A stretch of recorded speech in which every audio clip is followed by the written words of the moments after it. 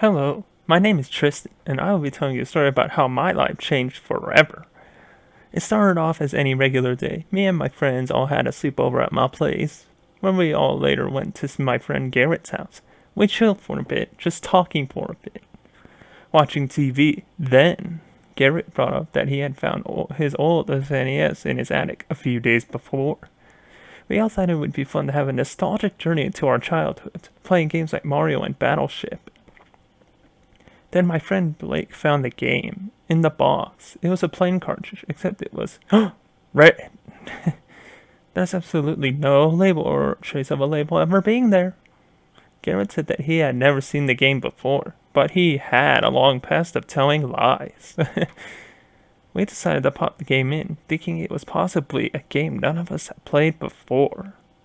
The game started up, and the title screen came up. It was Spiderman Maximum Carnage. We began to play. It was basically the same game as it should be. There was a few missing sprites and corrupt sounds, but we thought of it. God, I wish I would have just shut the game off right there. We got to a cutscene where Venom comes through a window into the office where Jameson works in the Daily Bugle. Venom began to speak, which appeared in a comic-style speech bubble, but what he said was weird. He said something in Latin. I believe it said something along the lines of omnis amitis pervit de manibus de bellissimo. We later found out that it meant all you love shall perish at the hands of the weakest. The game then bugged out.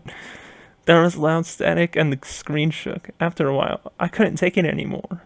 I jumped up from the floor and unplugged the TV. The static continued. We were all frozen in terror. Suddenly, all the lights in the house started flashing violently. Blake, being epileptic, started shaking and drooling.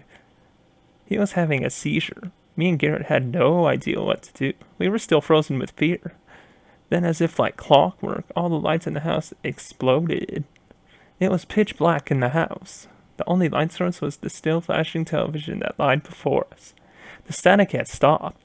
But with what I witnessed, the static would be like the sight of God before us.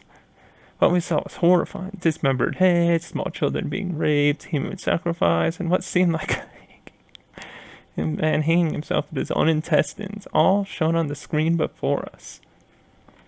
Garrett had pulled away and went for help, but I couldn't move.